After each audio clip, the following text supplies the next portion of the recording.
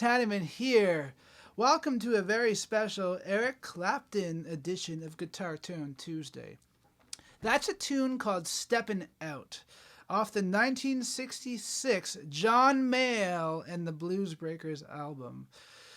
What does Eric Clapton have to do with John Mayall and the Bluesbreakers? Well, John Mayall, great keyboardist, organist from England, who I actually had the chance to see live one time when I was out on tour in Victoria, British Columbia. He was playing there with his band, and what an amazing talent that guy is. Anyways, John Mayall, really popular blues musician from England, and he kind of had this revolving door of great musicians in his band. And in the year 1966, he caught a very young and relatively unknown, in the grand scheme of things, Eric Clapton. Eric Clapton had just left the Yardbirds, and he was looking to get back into the blues thing, and certainly by joining John Mayall's band and recording that album, he stepped ahead as a blues musician and definitely made some strides in changing the way that we perceive the electric guitar and the sound of the electric guitar on record, you know. So what made up that tone? Clapton was using a 1960 Les Paul Sunburst, popularly known as the Beano Burst because of the album cover where Clapton is reading a Beano comic, apparently. And he was plugged into a 1962 model Marshall 2x12 cabinet, amplifier. Okay, so 2x12 cabinet, Marshall amplifier, 45 watts. Now, what is it about that tone that's so special? Well, to me, it's this bloom and attack, you know. It's this kind of tone.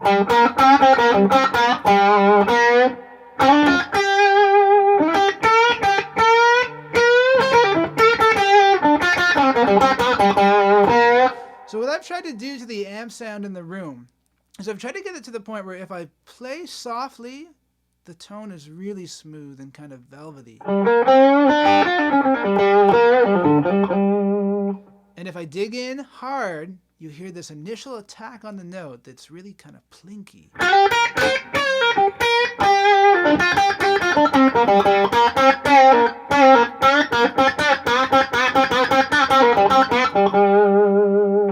And you kind of do that by bringing your pick so it's a little bit sideways hitting the string. So it's kind of a 45-degree angle on the string as opposed to straight on. And I find that really helps to get that attack. So when I'm listening to records, I'm listening for things like that, you know. And the other thing I'm trying to say to myself is, how can I get that tone at a bedroom volume, you know? And what I've used is, today I've got this McCarthy 594, which is a Les Paul influenced guitar, plugged into a Kingsley Minstrel tube overdrive pedal. You guys can't see it, but it's on the floor, just to give a little extra hair on the sound. And then I'm plugged into a Strymon Flint to get a plate reverb, because back in those days, at least the Marshall amps didn't have reverb. Okay, so the Fender amps did, but the Marshall amps didn't. And so the reverb that you hear on that record is a plate reverb from the studio, Decca Studios, where they recorded the album. And then I'm going into the most British voiced amp I have, which behind me is a Kingsley Bailey 30, which is an EL84 amplifier, not an EL34 amp, like a Marshall is. So, wrong gear, right tone, you know, that's what I'm trying to go for here. And an attainable tone, you know. It doesn't matter whether you use a PRS 594 or like an Epiphone Les Paul to get this tone. The most important thing is that you play a solid body guitar, and it has to be on your bridge pickup, because for the entire album, virtually, Clapton uses his bridge pickup. But what goes into it? Like, what is he playing? And that's the most important thing. What is the person playing? He's playing a mixture of the minor pentatonic in the key of G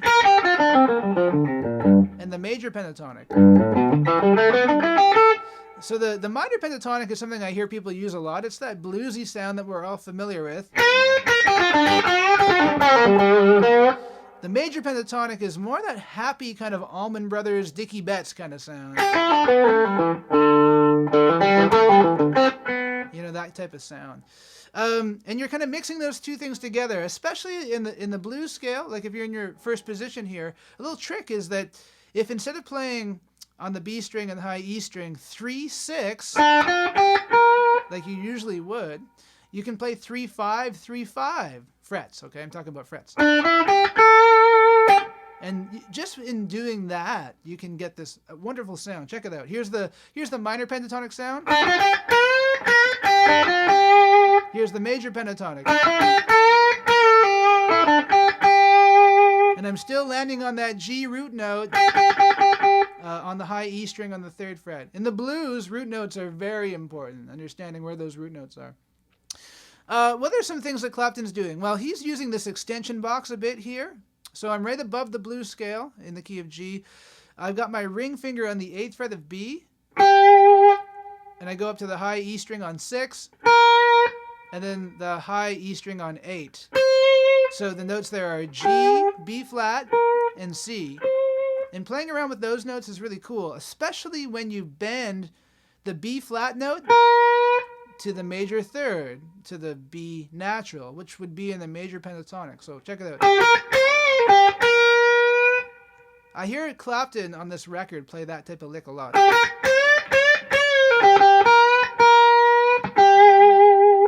The vibrato, too, is extremely crucial to emulating a guitar player's sound. Things like... It's this medium, it's a perfect medium tempo vibrato. It's not too slow, and it's not too fast. It's medium tempo, which I find really helps the guitar resonate. It can resonate forever just by doing that. So I really, really enjoy that as well. So vibrato, minor 3rd to major 3rd bend, mixing of the major and the minor pentatonic. What else does Clapton do? He also does this thing which I call a double bend. So let's say we're on the high E string on the 10th fret. That's a D note. And you're going to bend the B string on the 13th fret to match it. It's a popular 60s guitar move, you know?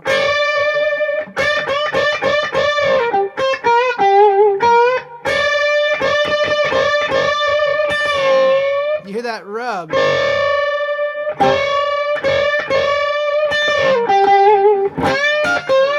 I've also heard Clapton do this on this tune, where you bend that B string on the 13th fret, go up to the high E string on the 13th fret as well. And if you really want to build the intensity, do the same thing on the high E string on 15 and the B string on 18. Bend that B string on 18 to match the pitch of the high E string on 15, which is a G. Again, root note. Root notes are so important.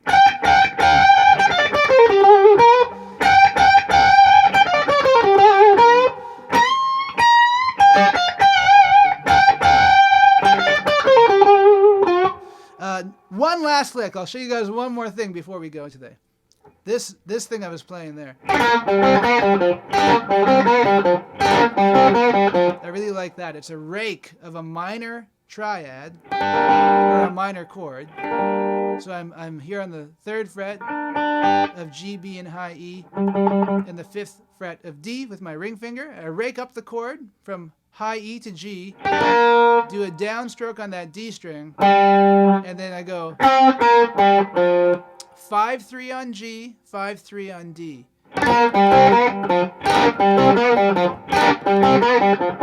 That's another cool thing that Clapton does in this guitar solo. So to me, here's what it's all about, guys. It's all about listening. Listen, listen, listen. Use your ears. Listen to the solos you love. Try to learn them. And try to emulate the tone with the gear that you have available to you. Don't go out and buy a guitar that's exactly the same guitar that someone played at a very famous show in 1969 and then never played again, or something silly like that. In my opinion, that's garbage, It's much more about finding the guitars that work for you. Have a humbucker guitar, have a P90 guitar, have a single coil guitar, whatever.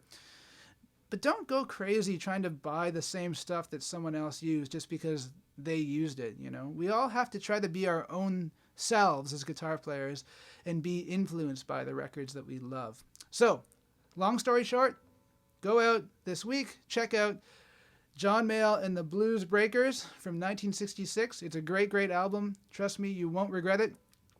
In the comment section below, please let me know, do you love this early Clapton era as much as I do, and would you like me to talk about it a bit more on this show?